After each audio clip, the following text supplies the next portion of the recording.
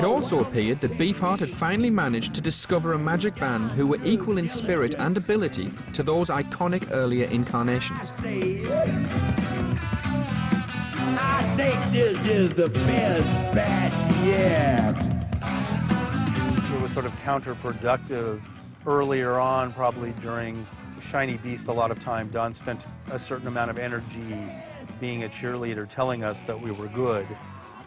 And I think perhaps we believed it more by then.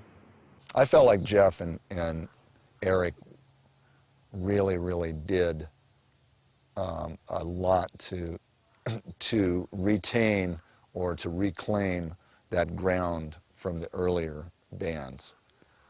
They were very dedicated to Don, and they worked very hard. And Jeff had become, from 1976, when I first worked with him, where he couldn't keep his guitar in tune, he had become a real powerhouse player by that time, which was funny because the roles were reversed. Because here I am, the dummy who can barely play guitar, you know, and only played drums on a couple of things.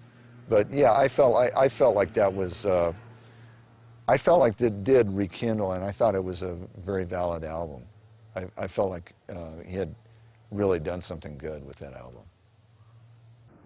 The band was starting to move more gracefully, learning material and adapting to the, you know, he's changing every minute what you're playing. And so after years now of having performed with him and been through it, there's far less frustration and self-importance to being, you know, the brush that he's using and an ability to kind of be that thing better. I felt that power. I felt the power of, you know, the band playing together when we got in the studio, playing well and meaty, easier. And that didn't really carry on to Ice Cream for Crow because the drummer changed. So once that, and also Eric Feldman wasn't there. So once that core band, I think the peak of the bands that I was in, the Magic Band that I was in, it kind of, in terms of a recording experience, it peaked on Doc at the Radar Station.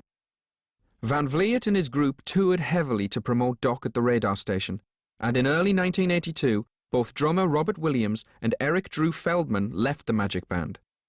Later that year, Beefheart would record what would become, to the present day, his final album, Ice Cream for Crow. He once again reworked unrecorded ideas from across his career and enlisted Gary Lucas as a full-time Magic Band member. However, the album was not regarded with the same critical esteem as the previous release. The group are great. There's some brilliant performances. Some of the material's really strong, but somehow it doesn't quite hang together in places. There seems to be something slightly lackluster in. You know, he really sings very beautifully instead of the Beefheart rant. But this record, he was sort of into the rant mode. And, you know, it's great. I think it's a great album, but, you know, these are some areas that I just, you know, wished had come out differently. Well, can you say it is what it is? I felt that it was not as strong of an album as Doc at the Radar Station. There were a lot of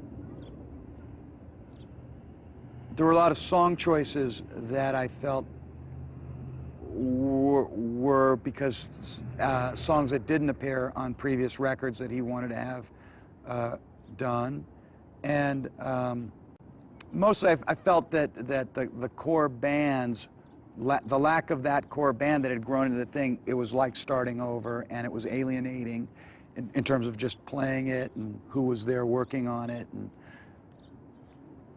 it also felt like yeah, it felt less powerful. His departure from the music world is still a topic of discussion today. First of all, he'd been doing art since he was 6 years old. The entire time that we ever did music, he was always doing art. And me and several other people constantly told him, this is where you'll make money.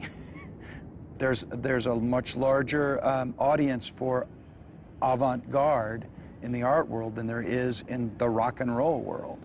And I think business proved that to him over time. The thing he worried from was business, not from music or making songs. I think he'd taken being a rock artist as far as it could go. I think at heart he was always a painter. He sort of decided that he'd had enough of the sort of dealing with possibly what was the most corrupt industry on earth. And he's fed up with playing the game, and he kind of gave up in the same way as John Lennon gave up for 5 years. I was aware of him as an artist, but to whether or not all of a sudden he could, jump fields like that, I wasn't aware of that, and that was a bit surprising. And if he's happier, I believe he is happier and better off. More power to him. Before, after, during, and since, he's always making music, and he's always making art. It's the business world that was tiresome for him, that he decided with less effort towards the business, allowed to do more work, was happening for him in the art world. So he didn't keep banging on the doors of record companies and agents to try and figure out an income source through that, but he also didn't stop writing songs and writing music. With a career spanning over 25 years, Beefheart stands alone today in the history of popular music. A man who took on the popular song form itself, who invented a singular and unique interpretation of the rock genre, and who eventually left that discipline entirely to re-emerge in another. There have been many icons in the annals of rock history, yet none so distinctive as Don Van Vliet.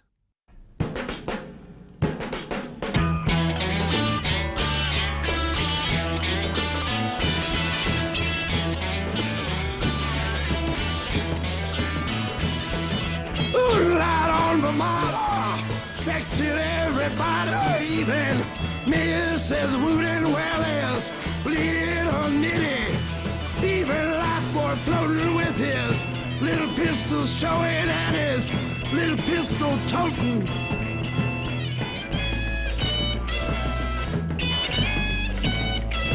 Well, that goes to show you what a moon can do.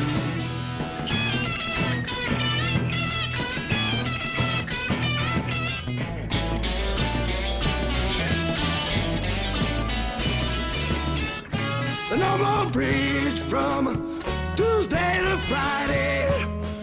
Everybody's gone.